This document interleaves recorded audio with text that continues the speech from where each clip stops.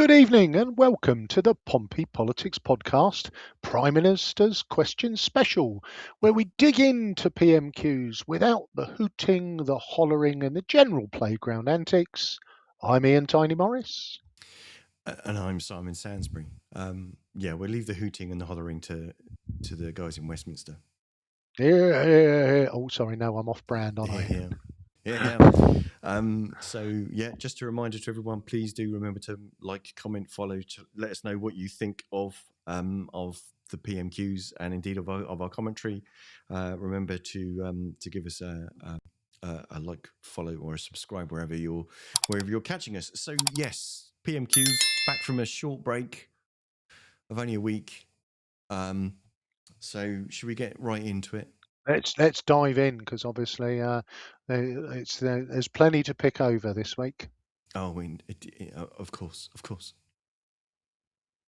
We come to the Leader of the Opposition, Kemi Ben.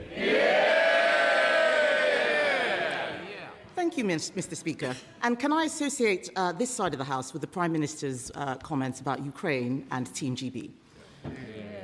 Mr. Speaker, before the Prime Minister and I became MPs, parties of every colour increased the cost of going to university.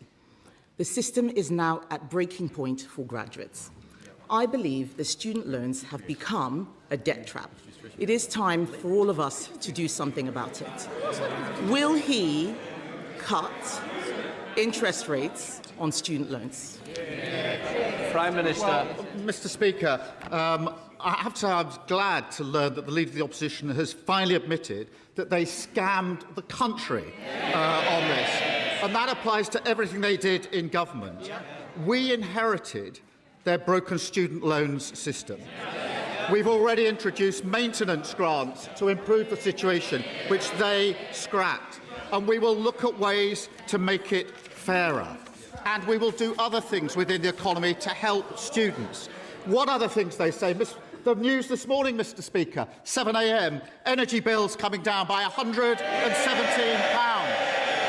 for millions of families and young people struggling. That's guaranteed money off bills in April, driven by the action that this Labour government has taken. We promised to cut the cost of living. We are cutting the cost of living. Mr. Speaker, I asked him if he would cut interest rates on student loans. No answer. And for the record, energy bills are still higher than when he came into office. He keeps talking about the last government. In case he hasn't noticed, my party is under new leadership. A lot of people wish his was too, including the backbenchers sitting behind him. But let's talk again about student loans and student fees even. Because to win the Labour leadership, with Labour together, the Prime Minister promised to abolish tuition fees. In opposition, the Education Secretary said, graduates, you will pay less under a Labour government. I wonder what happened to those people. But can the Prime Minister tell us whether graduates are paying more or less under Labour? Prime Minister. Certainly many in her party are under new leadership, Mr. Speaker. They're up there. The only change she's brought to her party is to make it smaller. And she talks about interest rates on loans. Mr. Speaker, not only have energy prices come down this morning, but since we were last here across the dispatch box, inflation has fallen as well, which has a huge impact on interest rates. Fallen to 3%. And the Bank of England say it's going to keep on falling. That's only happening because of the decisions that we made at the budget, opposed by the party opposite. They talk about the cost of living. This government is taking action, and under their watch, inflation was 11%, which crippled the state of finances for students as their loan rates went up. Mr. Speaker, I am amazed that while we're trying to talk about student loans, the Prime Minister has the cheek to talk about my party being smaller. His party is smaller too, including one MP who was arrested for child sex offences. So perhaps before he gets on his high horse, he should ask why his backbenchers are saying that they're being called the Pedo Defenders Party. Yes. So why don't we get back? So if he... Yes, I didn't say it. I know it makes them... Sorry. OK, let's have less. No. I know they don't like it, Mr. Speaker. Does the honourable member want to leave at this stage? Just understand, I want to hear the question, because it's very important that I do hear, because I may have to make a judgment. So I don't need any more shouting. I know they don't like it, Mr. Speaker, but I haven't said anything that's not true, have I? So perhaps, well, they should get off their high horse, stop making stupid jokes, and why don't we talk about student loans? Policies that may have been fine for 2012 with low interest rates are not fine for 2026. The fact is, graduates are paying more, not less. On Monday, the schools minister was asked on the BBC why Labour froze the repayment thresholds. She said the government has, and I quote, huge pressures.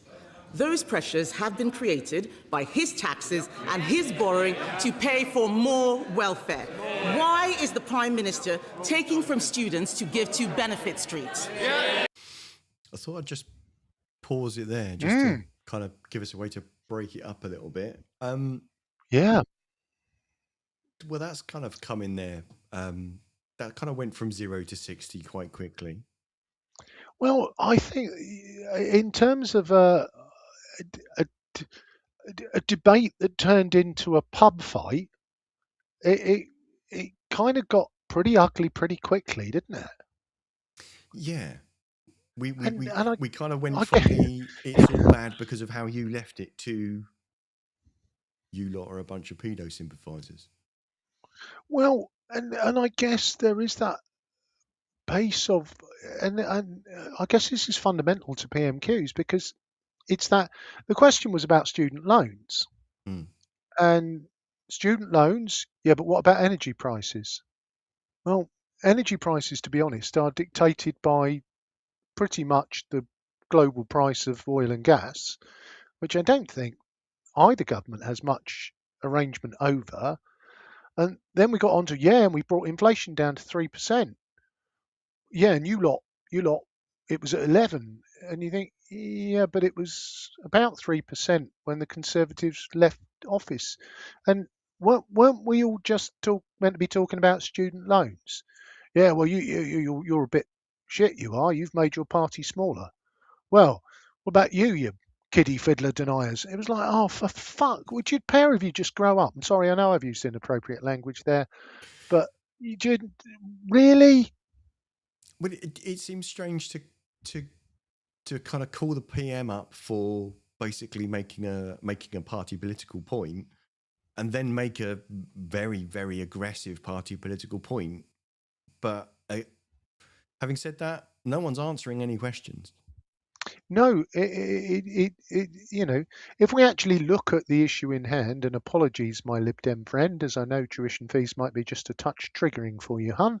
But it's not the C word, though. No, it's not the C word. We'll step back from that. Coalition. You just look at it and think, well, yes, there is the whole thing around student loans, yes, it is complex. It is fundamentally becomes a tax that you pay once you cross a threshold of earnings, and if that threshold stays the same and inflation is at 3% or 11%, then those earnings are worth less than they were. So I'd actually quite like to hear the answer to the question, but I'm not sure I'm going to be blessed with it, am I? No, I think there is a whole conversation about how what previously could have possibly been argued as a system that, depending on your point of view, either did or didn't work. It definitely isn't now, because students are being screwed on two fronts, because the percentage that they're paying or being charged, the interest rate is so high. Yeah. And the rate at which they start to pay back has been frozen, just like the personal tax allowance. So let's carry on, because otherwise, not me phoning, we're going to be here all night. So it's going to be an hour long, and it's not meant to be. It's meant to be punchy, but not in the way that those two. Well, it's definitely exactly. Punchy, Let's go. Yeah. What a nerve Under their government, student loan thresholds were frozen for 10 years. 10 years. They broke the system. They did it with a bloke over there when they were in coalition together, and we're fixing it. Now, she used to say just a few weeks ago that she was going to focus on the economy at the exclusion of everything else. So I'm doing her a favour by bringing it back to the economy, because 117, desperate to talk about the economy, £117 off energy bills, inflation going down. The other thing that was confirmed on Friday, Mr. Speaker, borrowing is coming down, the biggest surplus on record. That means we've got the economy back under control. We're fixing the public finances.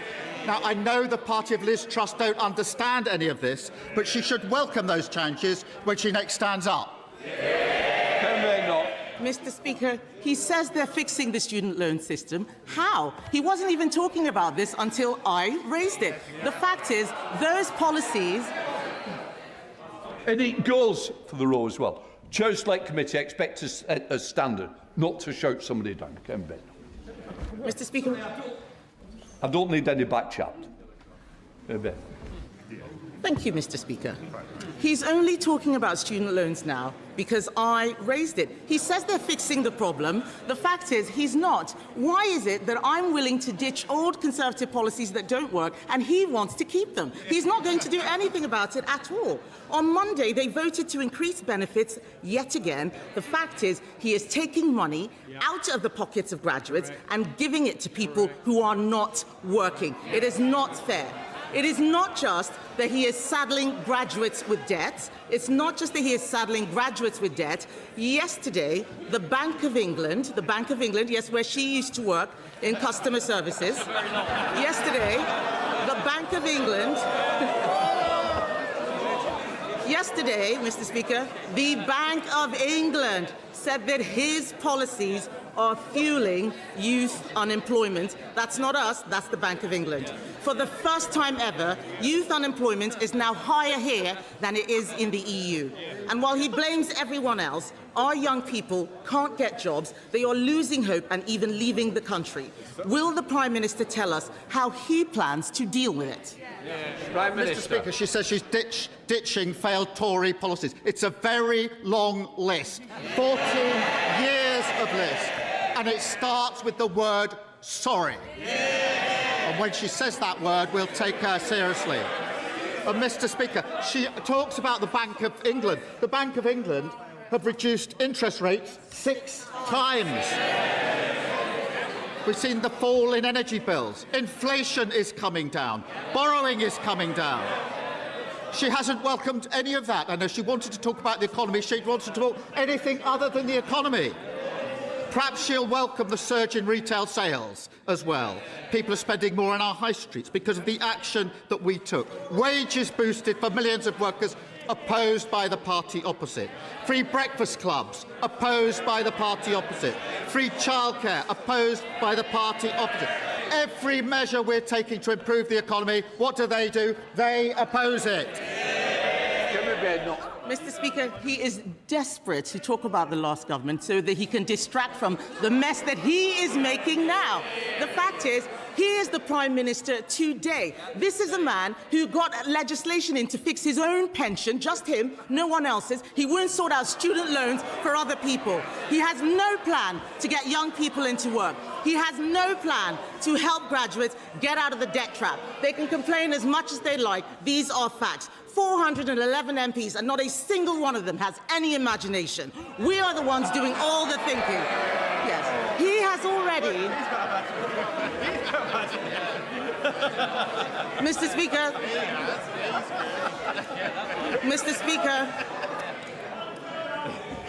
Mr. Speaker, the Prime Minister has already made 15 U-turns.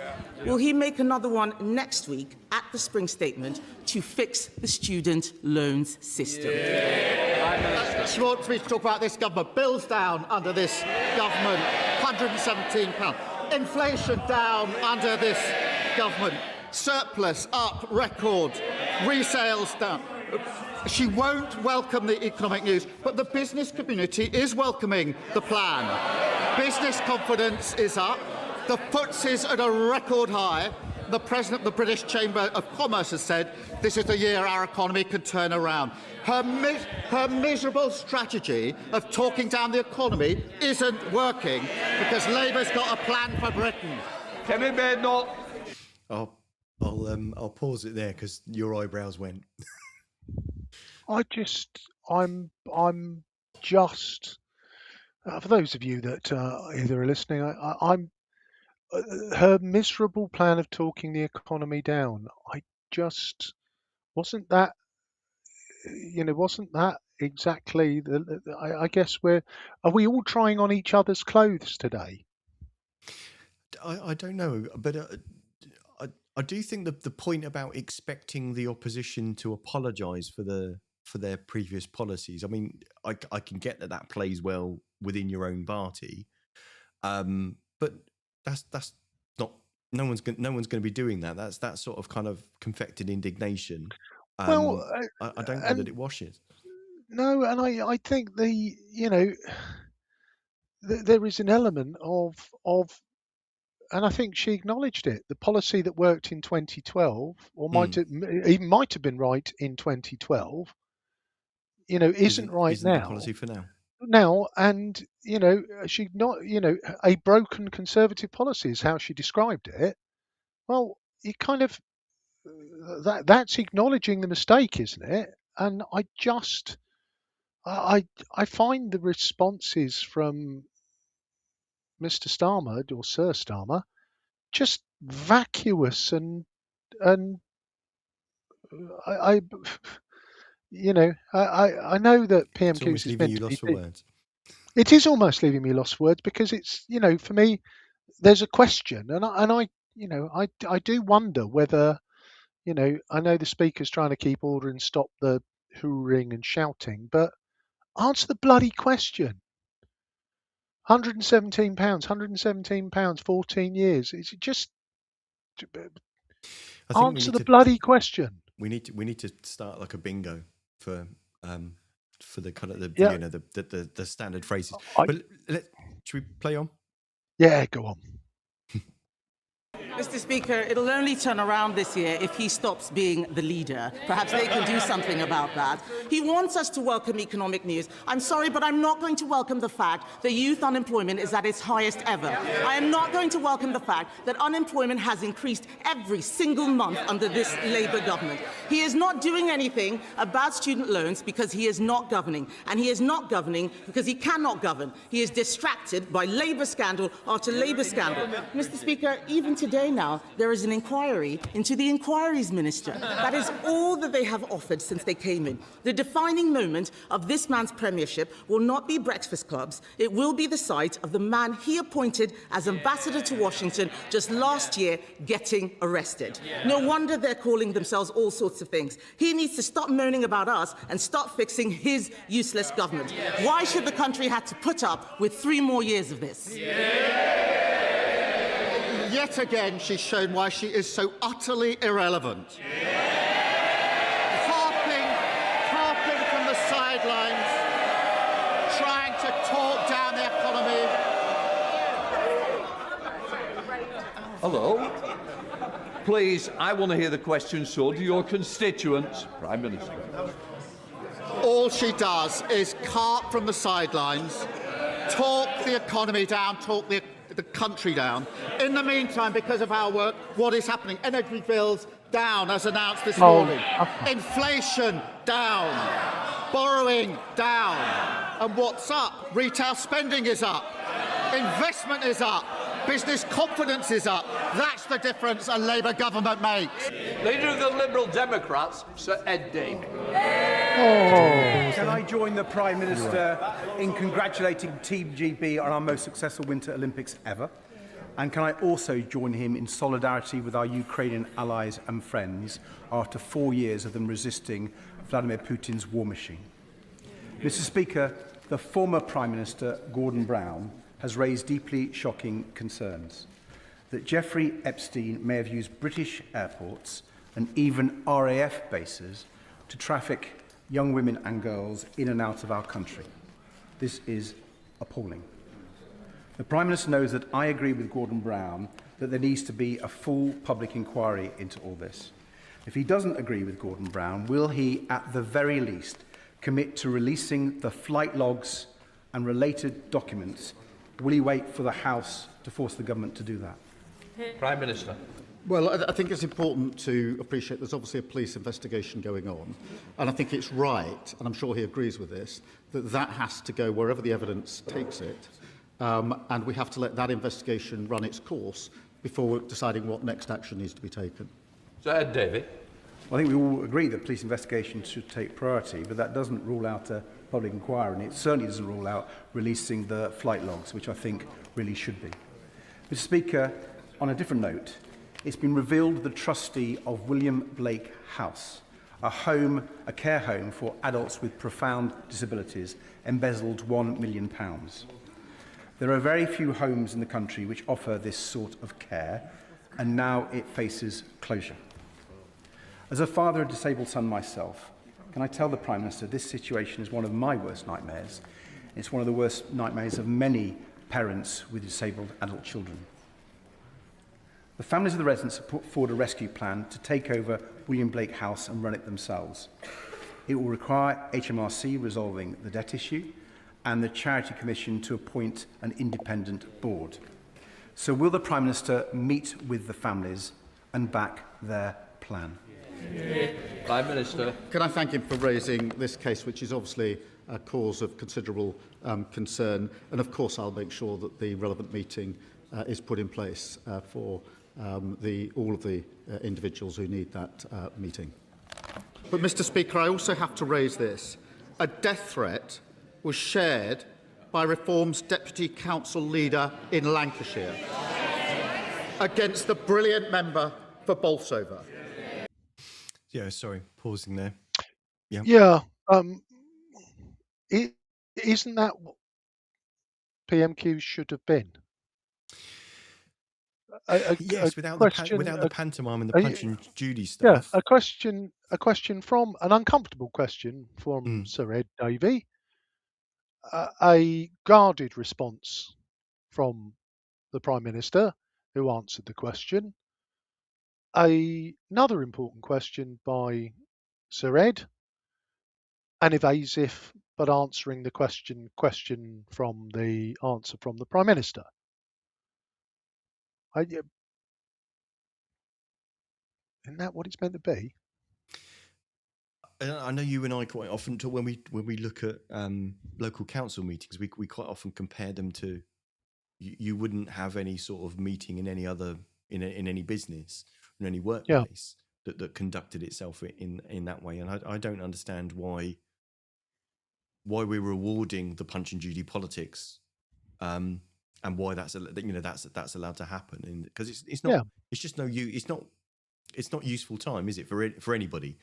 The point is to raise questions, flag issues, and get answers, or to get the right person to look at it. And I think the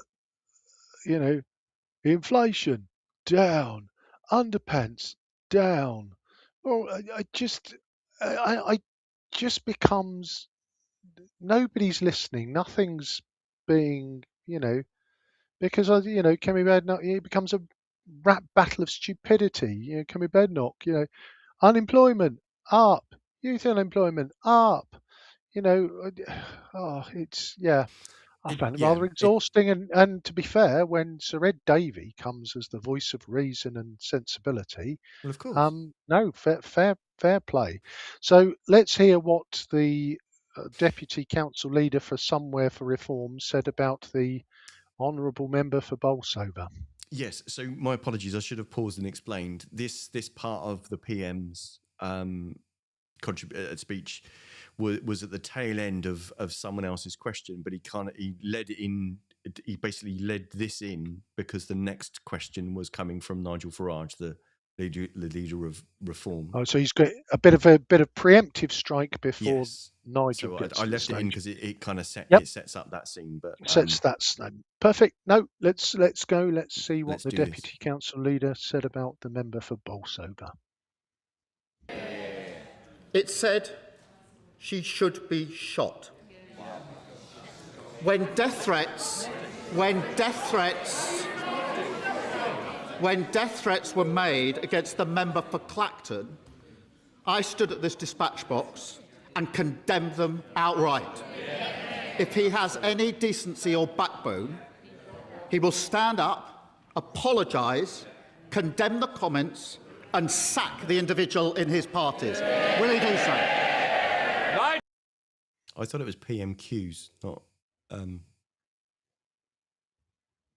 thought that I'm just kind of like, so it's, if we change the format in the sense that now the Prime Minister is asking the questions. Yeah, it's maybe the PM asks the Qs is the new version. Well, I guess it still works as a title. And but and I guess there are many that might believe that Nigel is the Prime Minister in waiting. So let's have a look, shall we? Do you want to take any bets on what the answer was? Did he I don't think that he. Let's see. Let's go. Nigel Farage. Thank you, Mr. Speaker. At the age of 14, Michel Mandarin was forcibly removed from his home, the coral atoll of Ile-de-Quoi, dumped on the quayside of Mauritius, forced to live on food scraps out of bins. He has resettled those islands and yet now faces a removal order from yet another Labour government. So maybe twice in one lifetime, he's going to be asked to leave his homeland. Can I ask the Prime Minister, for a government that is full of human rights lawyers, within and without, why do the opinions and human rights of indigenous Chagossians not matter to him at all? Prime Minister. So he has neither the decency nor the backbone to condemn a death threat to a member of this House, whichever party they are in. He doesn't have the decency or the backbone to condemn it and to sack the individual. And that just shows that his party have got nothing to offer the country but grievance and division.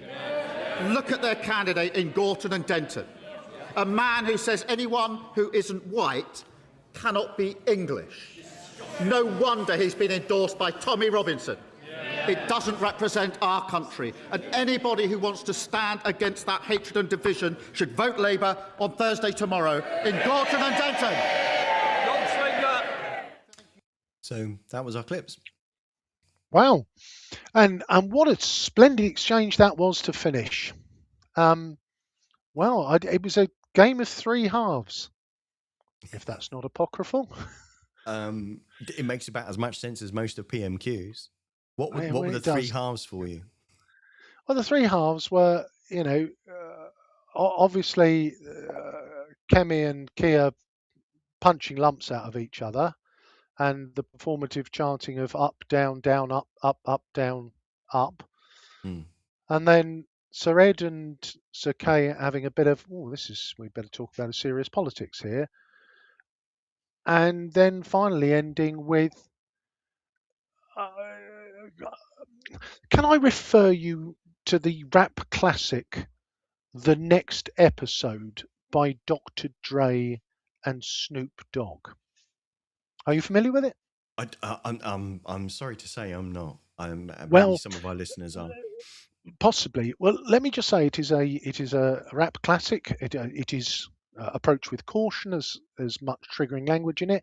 But I've always been absolutely certain that either man didn't have a clue what the other man was going on about, and it just sounded like the two of them were in two separate phone boxes. And I'm going to say a thing. I'm going to pretend you've not said a thing. I'm going to say another thing. I'm going to completely ignore the thing that you've said and go back to the thing that I've said. Credits. Yeah. I think this is kind of a step beyond not accepting the premise of the question and just having two parallel conversations or two parallel just parallel monologues without intervention. It's I don't know that it's quite that useful. It was nice to see that Nigel Farage managed to find his way back to the chamber. after his little trip abroad, where he seemed to be trying to help people in small boats get onto an island, which was interesting. Oh, novel, and the plight of refugees is obviously something that he seems to have discovered. But I guess we are slightly off topic in it, and I'm not sure, dear listener, whether that has shown you too much. If we are here to provide insight and answers, I think we've probably given you a bit more than PMQs itself. But yeah, I think probably you and I need to be taken on as highly paid consultants to perhaps, I don't know about that. PM. Don't know, rule it out. I think that we could bring a certain order and efficiency to PMQs.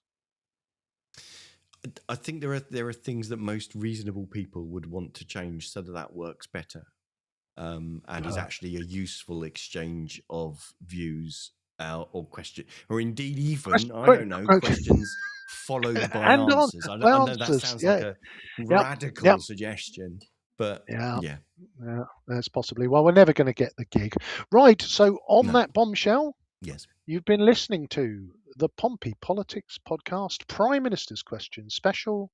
I've been Ian Tiny Morris. And I've been Simon Sansbury. Please do join us for our next episode, which is on Sunday, where we're doing a review of the Portsmouth City Council full council budget meeting that took place yesterday. So we'll be entertaining you with some more clips of that and some lovely things. But also do join us if you'd like to join in and comment on our cut and thrust of the PMQs. Do join us next week. Same time, same place, like, follow, etc. Comments, send biscuits. See you then.